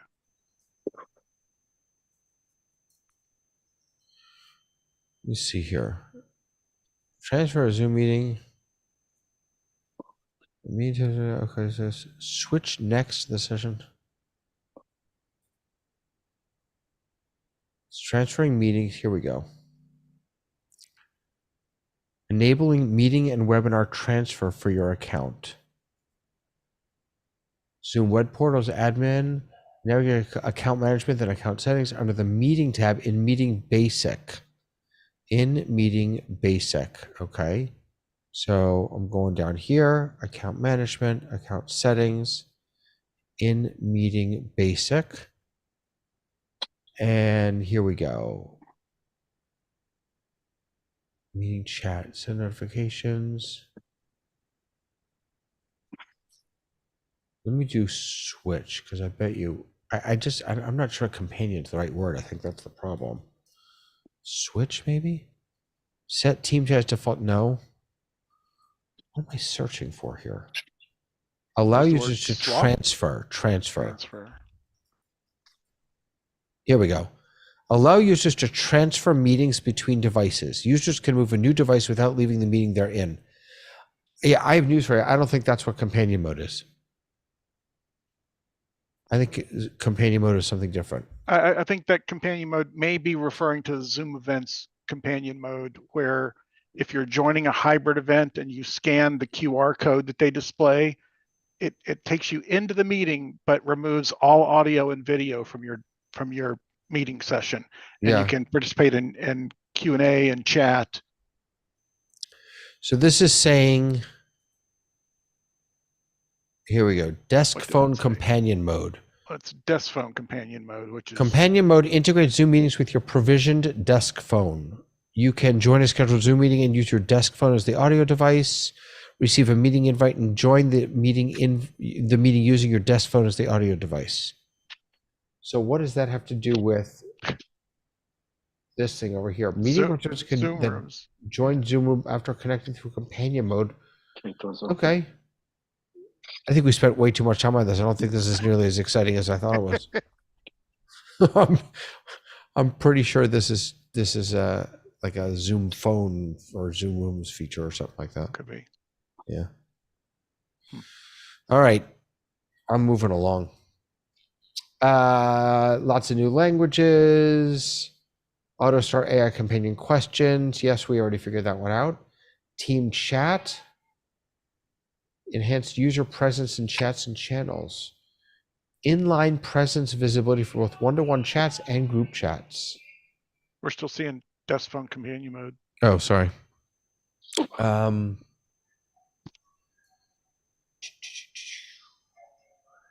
new quick create menu in team chat. So let's go into team chat. So here's team chat. Hold on a second. And team chat, I've got no one to chat with, so I'm not sure this is going to work, but let's go into chats. No, nothing. How do I not have any chats? I know I'm in, I know I'm in the what do you call it, chat? You know, our chat. I have 0 chats. Oh, I know why. Sorry, because on this client, I'm logged in as the Zoom test. Yeah, Zoom test. But you should be able to switch very easily, right? Yeah, but not in the middle of a meeting. Oh, And this client is the one hosting this meeting. gotcha. So I don't think I can do that. So what does this say I can do? A plus option will be introduced. So there's now, oh, there it is. Here's the plus, here's that plus option right there. So now when you hover over it, you get chat, channel, folder, invite new contact, or join channel. Okay, nice. Hey, David, Yeah. back briefly to our discussion about the local storage duration for free accounts. I actually posted that in the Zoom community, and Bart Belair, who's responsible for documentation, said, I can help with this as the confusion is sort of my fault. It applies to the local storage of team chat messages, not overall storage used by the Zoom chat or the Zoom app. And they're working on an update to the release notes, and we'll respond to that thread that Frank pointed out. But doesn't that still beg the question, why are they controlling something that's stored locally on my machine? Yeah, but if it's an area, like it might be in if you're on Windows, in your app storage area, which really sort of the app itself has control over. And so I don't know, we'll see what Bart and them come up with, but at least it does not refer to regular recordings. Okay. Fantastic. Okay. Mail and calendar. Mark all emails as read. That seems pretty basic. But then again, this is brand new. Zoom Mail is brand new. And do any of you use Zoom Mail? I don't. John, I only use the Google integration into Zoom. I set up that integration, but I never check my email through Zoom. I don't know why. I just multiple signatures. It's getting everything up to parity with everything else. Phone features, contact center features. I'm just kind of running through these because they're not of interest to me, but a whole bunch of issues that they resolved. And some Intune. I actually would like to see those because I think resolving issues is important. Okay, let's do it. Security and well, that's always good. I wish we knew what they were, but resolved an issue regarding the end of meeting feedback. Does anyone use the end of meeting feedback survey? This is the one for Zoom, right? This is not the one this is not a feedback survey that we create. This is just the one for Zoom, right? The default one? Obviously, nobody uses it. We don't know. I know people use the end, like the end of meeting surveys quite often. But that's one that you can create, right? Yeah, the one that they now created the library for polls and surveys, which has caused a lot of controversy. Why do you think? Why controversy? Oh, it's a long story, but basically, the way especially polls used to work was they were associated with a specific meeting ID. So when you went to edit that meeting, you could edit the polls, and the polls were constrained to that meeting. They've created a central library, and I thought at the time that it was a really good idea. That way you could take any poll and use it in any meeting, but some people are saying they have 15 polls per meeting, and now they're in a long, unregulated list, and they can't find the proper poll for the specific meeting they want, and they want better control. They want it to go back, or they want enhanced feature sets so that they can figure out which poll they usually use in a meeting. So I don't know if it means that you need to rename your polls to more meaningful titles so that you can identify which poll goes with which meeting, or if Zoom could create some sort of search bar in, like, while you're in a meeting and you go to launch a poll, if there's a search bar that would help you locate the proper poll. Because right now everything was in the past segregated per meeting, and now it's one gigantic list if you've got a lot of those. Why couldn't we just tag a poll to a meeting, and then when you're in the meeting, you just have an option: show polls for this meeting or show all polls? Well, I think people are desperate for some sort of solution like what you're suggesting. I don't know how Zoom will implement it, but I think it turned into a big mess for a lot of people, and it made their meetings worse in a way. Although I see the benefit of having a central poll system, I don't think they rolled it out with enough thought. Interesting. So does that also mean, Frank, too, would it be best to have poll templates? I saw in the community forum one of the Zoom employees suggested that, but a lot of people said that's not really a solution to the immediate problem. I don't know if Ray has more insight. He does a lot of support in the Zoom community. I haven't seen that much traffic on that, so. All right. Presence status not syncing between team chat and phone. Retention periods and GIF searches on Windows. Are you Windows folks having trouble with your GIFs or your GIFs? Is that a real problem? I don't know. Video tiles not displaying properly when using Production Studio. There was a post today, there was a blog post today from Zoom about when you want to use a webinar instead of a meeting, and they touted again Production Studio and the events team to be able to help people doing that. Missing option to create a channel in team chat. Join from room option not appearing as expected. Result in issue regarding an incoming Zoom phone call causing a change in audio during a meeting. That could be a problem. And an issue for a subset of users regarding encountering a disclaimer intended for external users when joining a meeting. Okay. All right. Is there anything else? There's some Intune stuff, which I don't use. Zoom team chat. I think we pretty much covered all this stuff, though. Zoom web app we talked about already.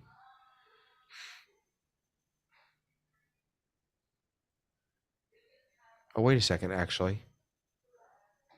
Automatic post-meeting redirect to survey and branded website URL. That's nice. You can send people to a designated branded website URL. That's actually kind of nice. And then they also apparently updated the join page for mobile. One complaint I hear once in a while about the post-meeting surveys is that they take too long to pop up, and that people have already gone on to wherever they're going by the time the survey shows up. You know, it's interesting about the end of meetings. I've found recently that when you end a meeting, there's a very uncomfortable moment or two when everyone is trying to find the end or leave meeting button. And so everyone has said goodbye, and then everyone's just kind of like looking around and looking for that button. And so I found recently that people are anticipating the end of a meeting.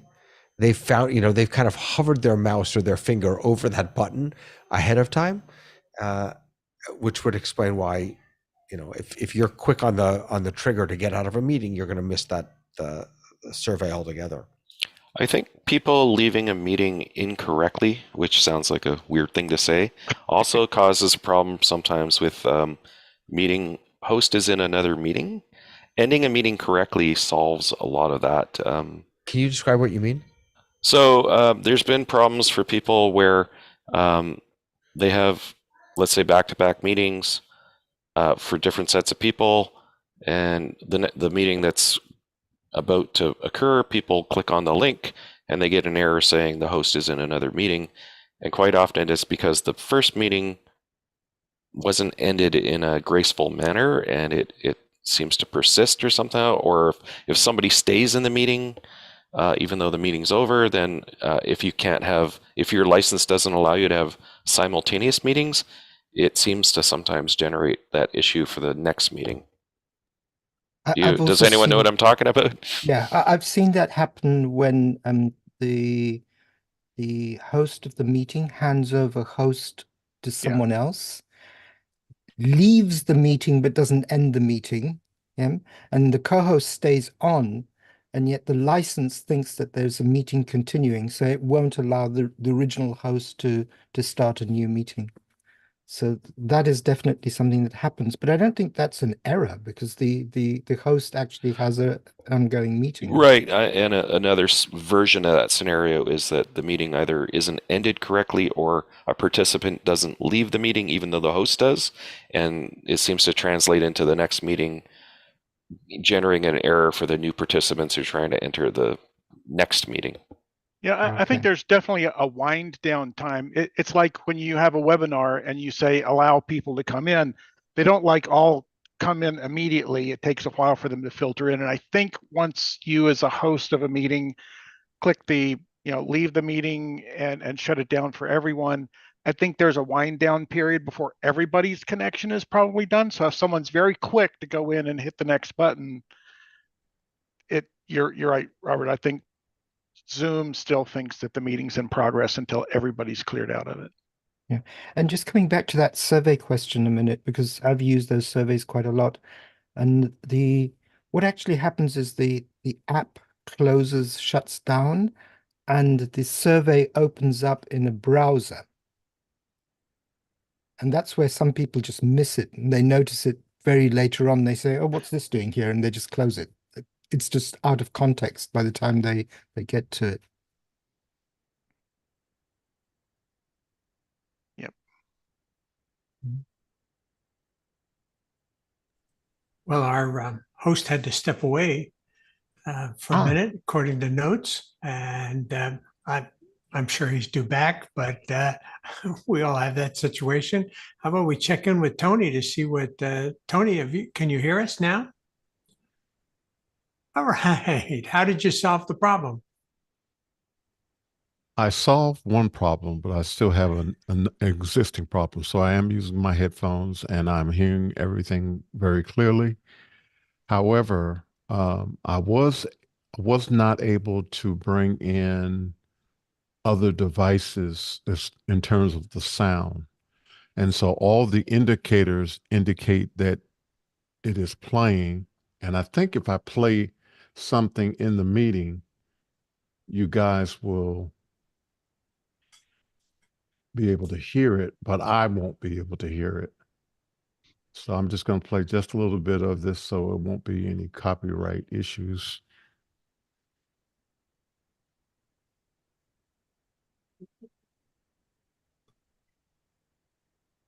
Probably don't have original sound on, sounds like. Yeah, you have to have original sound on to play an alternate sound source. It is on. Okay, so now I'm not hearing anything. Are you The guys volume, hearing? the not volume hearing bar anything. looks like Yeah. like it's at 0. I've made up my Now we got Hearing it. it now, yeah. Don't need Yep. to think it Yep. over. If I'm wrong, I am right. That's it. Don't need Stop. to look no. Good. But you couldn't hear it, right? No, I can't hear a thing. So Well- this is unusual because normally I use this device to bring in music for the house of worship. And right now I won't be able to do that this Well, my coming guess Sunday. is you're going to have to go back to square one and add one piece at a time, make sure each one of them is working.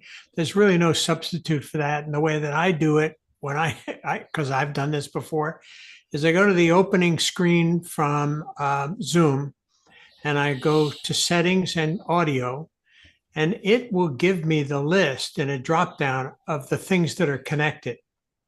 And so you start with one you know is working, and microphone, for example, and you test the microphone.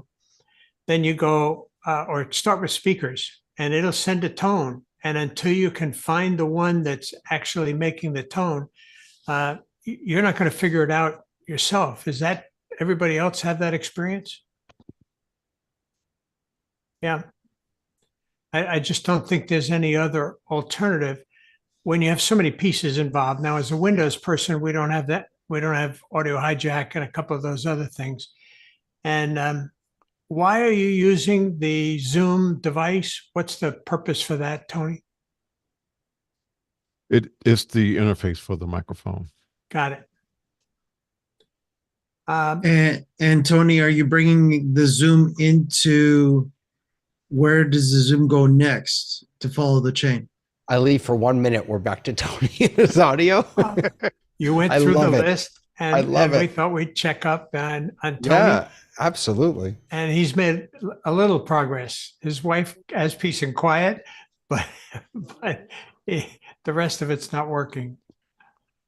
The chain is the high PR40 goes into the Zoom H6.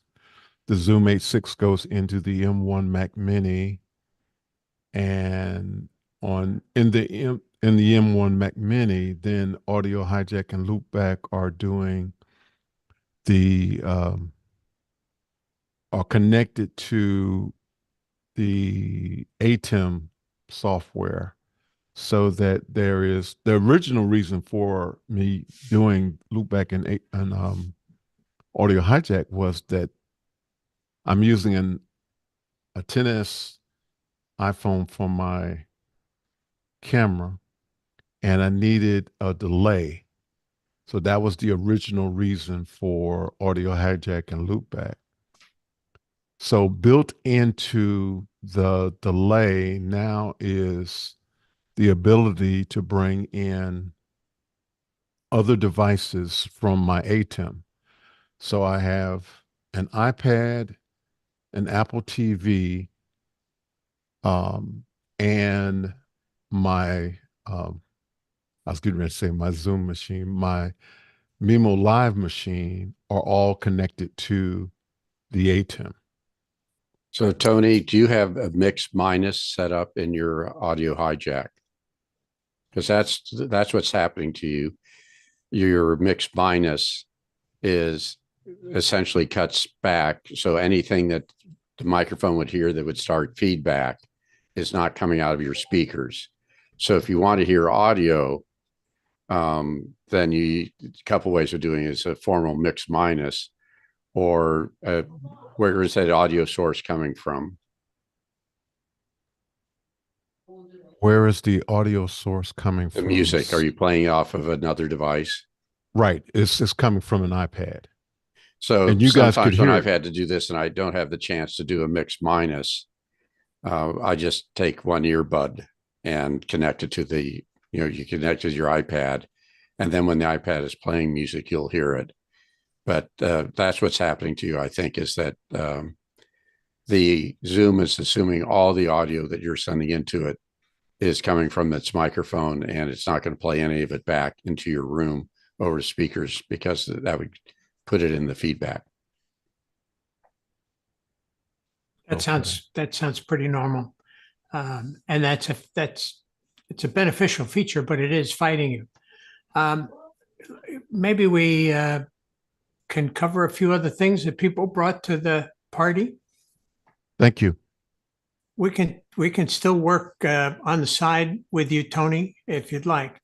But let's see if there's anything else that people want to cover today. By the way, I'll just throw out there that there were some nice updates to Zoom Whiteboard on back about 4 or 5 days ago. You can find those release notes also. A couple nice. Are you using it? No, but there are a couple nice releases in there. Well, you were a big fan when it started. The one big update for Zoom Whiteboard that I thought was the most important was a lot of people were having problems with the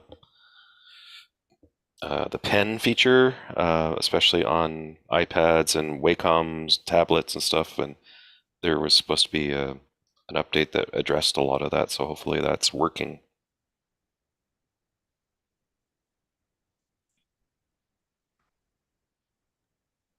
And now we see it working. We see it. I don't know if it's working or not. We see it. There you go.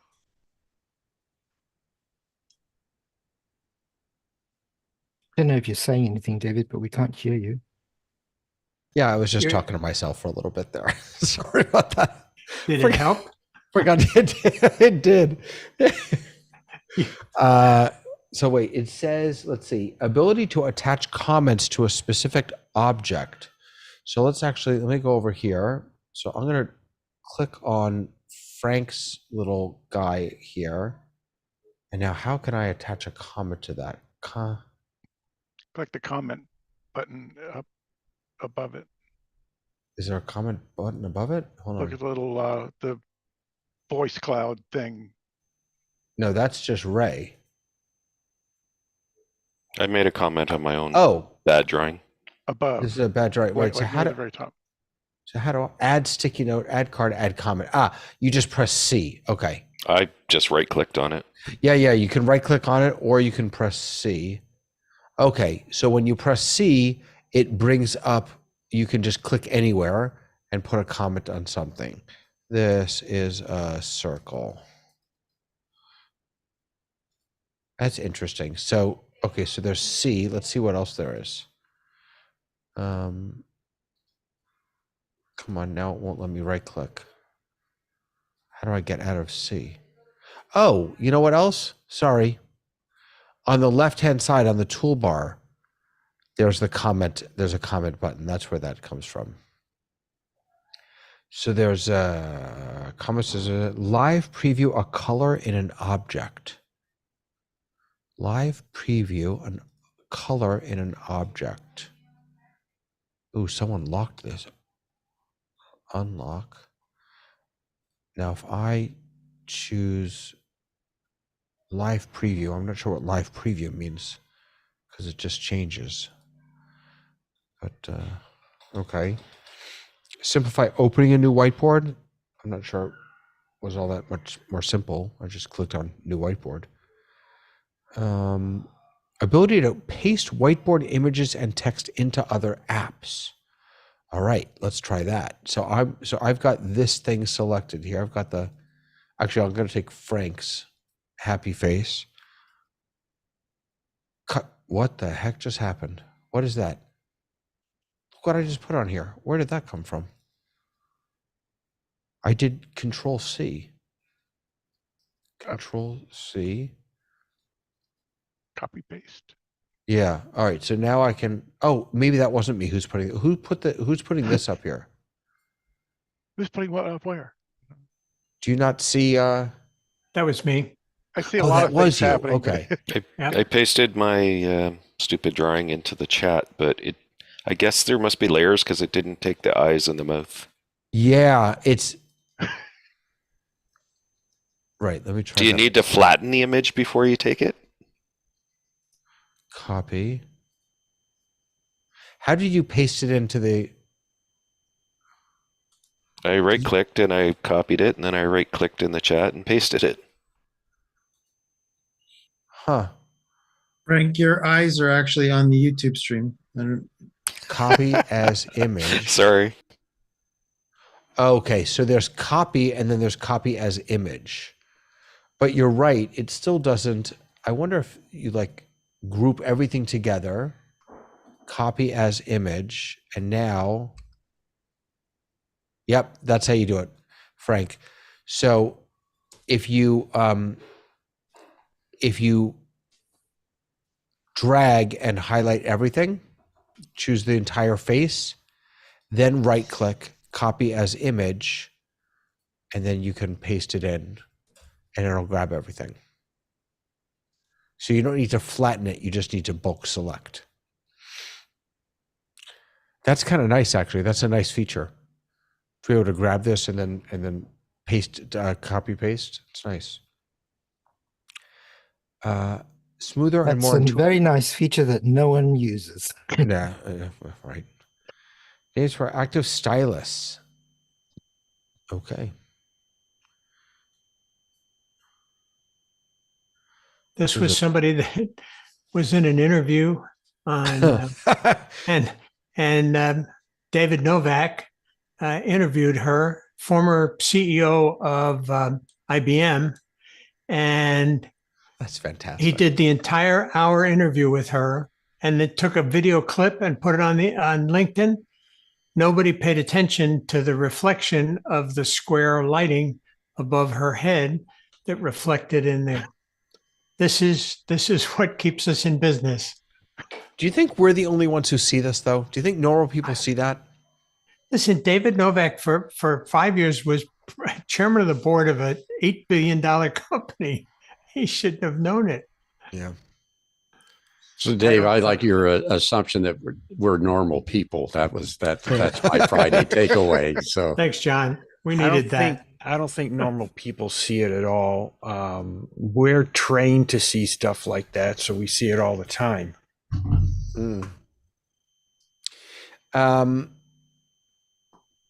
Real quick, this is a note from from a Zoom employee about our question about the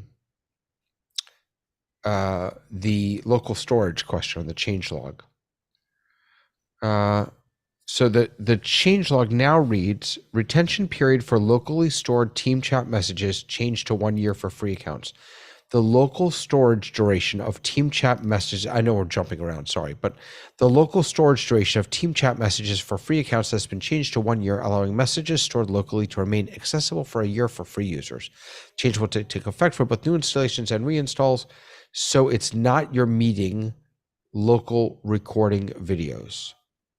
It's like the Slack retention policy of 90 days for messages on the free tier. Ours is a year. That's a helpful analogy, actually. Because I come up against that, because we use Slack and I don't pay for it, so we have that 90-day limit or retention policy. So Zoom's given us a year. Fantastic. Still like to know how the mechanism of that works. Right. I mean, Slack messages are not stored locally, I don't think. I mean, I don't know. I do not know. If you're not able to connect to Slack, are you able to see any of the recent history in Slack on your app? I mean, I would. That's a good question. That it keeps a certain amount of cache so that it doesn't have to keep going back to the server, and so it's stored somewhere. But again, like on Windows, there's an area where the app has control over its own storage, and it can put stuff in there. That folder is called app data. Yeah.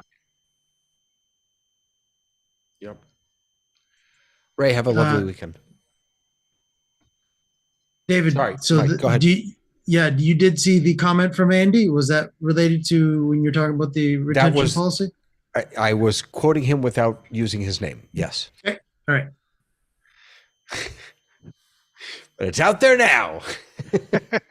Andy who? We don't know. We don't. It's just some Andy. Never heard of him before. Some random Andy. All I got to say is Andy did it already. It's out there in the YouTube verse already, so it's in chat. You know, I don't live though in like the corporate world where you have to be careful of what you say. You know, that's Frank's world where he knows things but isn't allowed to say them. I'm just a big blabbermouth, so I was trying to be careful and thoughtful. Don't tell him any secrets. Yeah. So what else is on people's minds and hearts? Did anybody this week actually got two things that actually popped up for me. At the end of one of my meetings, I actually, David, what I'll do is I'll put this in chat so that you can actually show this screen capture. I actually got an ad from Zoom. I've been getting that too. Yeah. Jot this down. Zoom Notes. Yep. Where did you get the ad? In the app? Yep. In the client. So when I ended it was a meeting that I was hosting as well. And at the end of the meeting, I did my end meeting. And then, of course, it closes the window. And then, boop, this popped right up like that. And as you can see, it's in the Zoom client because it's got the Zoom icon at the top. On a paid account? On a paid account. That's intrusive. I've seen a couple of things pop up also on my. They've never bothered me, but you know, just if you're having things that I should try. If you're having let's say a corporate meeting or something with potential clients or something, I don't want ads popping into my client. I don't know. It just seems odd to me. That was one of them. And the other one that I actually ran into, which is still on my Zoom client right now as we speak, is special offer. Expand your meetings. Save 50% off. So I'm getting ads at the top of so in the main client, this is actually at the top portion that it's just under your home meetings button, and it's above your main big buttons where you actually have your, if you do have your calendar sync and such done, it actually pops it up there. And then of course it says click this offer by December 31st. Mike, did that come up in a meeting that you hosted on your license, or a meeting that you attended on someone else's license? The jot this down happened in a meeting that I was hosting under my license. Mhm. And the special offer advertisement at the top of the client is in my current licensed account that I'm logged into. That it's actually showing this special offer for me to upgrade my for 4 months to large meeting mode, large meeting 500 mode, which I guess Ray might know that from all the different ones, but we don't pay for that one obviously right now, and they're trying to have us add that. Yeah, What I kind think of I'd a agree, license? Frank. Sorry, what kind of a license do you have? Me, Zoom I've Pro. got the Pro. Interesting. Yeah, I thought so. I was like, whoa, I got to take a screenshot of this and show this to you guys. So I'm glad I'm not the only one. I'm not sure. I'm not entirely sure that I would consider that an ad, only because you don't have to pay for notes. They're not trying to upsell you. They're just telling you about a feature that's available to you. Yeah, maybe I overreacted. I haven't seen it, so I didn't completely comprehend, but yeah, okay. Okay. But within the client, it is definitely an ad because it says click here for offer. Oh no, right. That's a little crazy, actually. Yeah. So I got some news. This will probably surprise you, David, but I am giving up my Zoom business account. We've been using it, and and I looked at the usage of it and what we need, and there seems to be more and more functionality in Zoom meetings for organizations that are bigger and that will be using Zoom as their main communications platform, and which I don't need. And I don't want to see any of the prices going up. So I spoke to my account manager, and there was absolute denial and refusal to drop the number of users. So I canceled the business account, and I've bought a bunch of pro accounts with some add-ons so that I get the license sizes for the meetings that I need. I've bought some webinar licenses and Zoom sessions. So I'll be working with sessions mainly next year. Wow. That's going to be a change, big change. Is there anything that you're going to be missing from the business account that you won't have on the pro account? I'll be buying some add-ons, but when I did the math, it still works out cheaper than not using all of the business licenses that I had. Right. So I'll be optimizing the number of licenses that I physically use, and that's allowed me to use that additional money to buy sessions.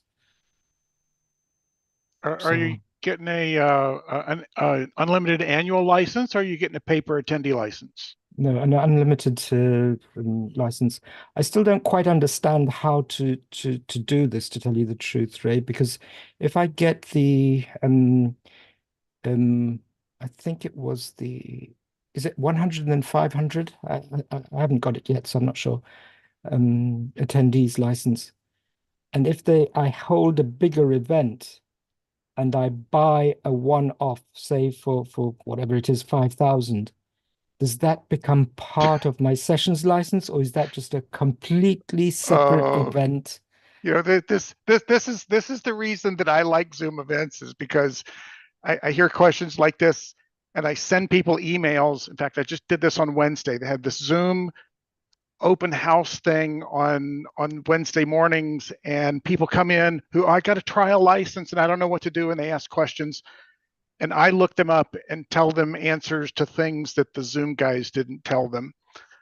Because the Zoom guys think of Zoomtopia, and they think all big things, and they don't think about us small people. And I've already had one client who was oh, gosh, we're going to have to buy that big old license because sometimes we're going to have 4,000 people. We have to buy the 5,000 license. And if you're just going to hold one meeting, one session, pay per attendee is much more cost effective. So you should reach out to me and we should maybe have a little chat about Zoom events licensing because it's. Well, maybe I worded that wrong. With sessions, I anticipate that we'll be using it twice a week. Once for about 100 and once for about 300, because those are our cyclical meetings that we hold. But about 3 times a year, we have a meeting that is over 2,500 people. So I'm just trying to figure out how that will work. Is that an add-on to the existing sessions license, or is that a one-off instance that you have to treat as a separate license and instance? Yeah, in that particular case, the uplift to a 5,000 user license is going to be way more expensive than simply having those people use a pay per attendee license for a couple of sessions.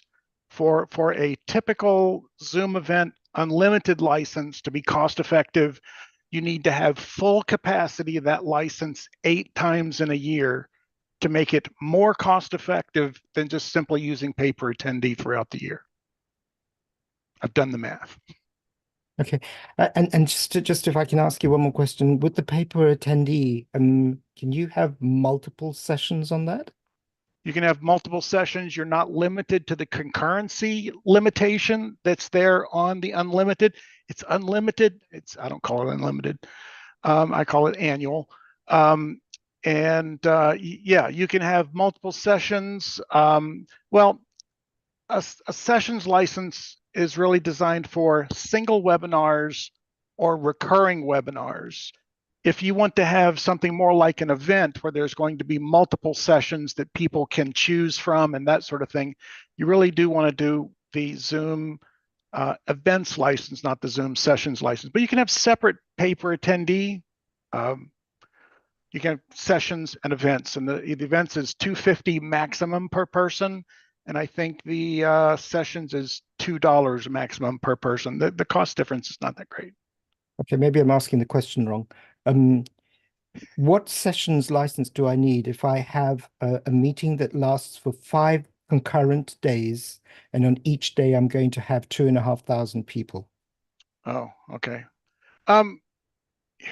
Yeah, I need to write all that down and kind of run through the numbers, and certainly I can do that. I've done that for several folks. So send me an email and we'll chat. Yeah, I'm not so concerned about the money. I'm just trying to understand how that license works. If I buy a fixed amount of user license, is that valid for, my understanding is that it's valid for one event that lasts for A to B time. So it can't run over days. Yeah?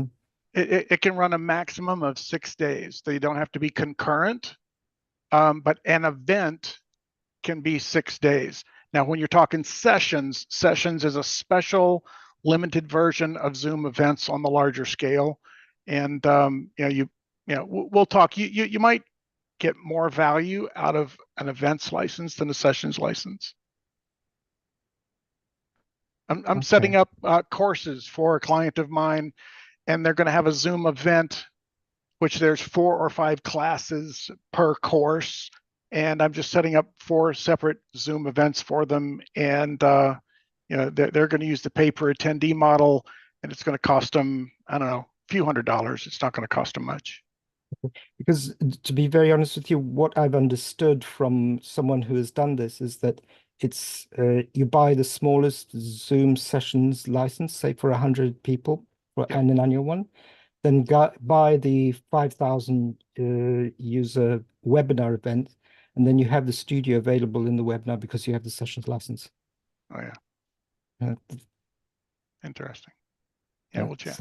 That is so confusing. That is so backward. Like it's using duct tape and and bubble gum but it works. It gets the job done. Well, and a couple of weeks ago, I did an interview with Jonathan Scott, who does a language show every year. He used Zoom events. It's 3 days. There were 80 plus sessions, and it had almost 3,000 attendees. And the interview I did on a Zoom session, and I used Production Studio and used the recording out of it. Anybody that's interested in kind of seeing that interview and how Production Studio records, I'm happy to share that. I've uploaded that to Vimeo. Can you share that, please? That would be fantastic. I'd love to see that. Yep, there you go. Amazing. Thank you. All right, friends. I think we may have exhausted. The time is nigh, but get excited because it is the first day of December, and Frank said that there's a lot of exciting stuff coming up in December. Lots of exciting stuff. And why are we looking at the black on top left? Oh, yeah. That was just me letting Tony know that Oh, yeah, from his he's prompter. actually, it looks like a bit of a monitor actually is coming Yeah. into his camera shot. It's his, maybe his prompter or something, his teleprompter, yeah. So, all right, friends. Listen, I hope you all have a lovely, lovely weekend, and we'll see you next week on The Kitchen. Definitely. All right. Take care, David. Thanks, Have a good everybody. one. Bye, everybody.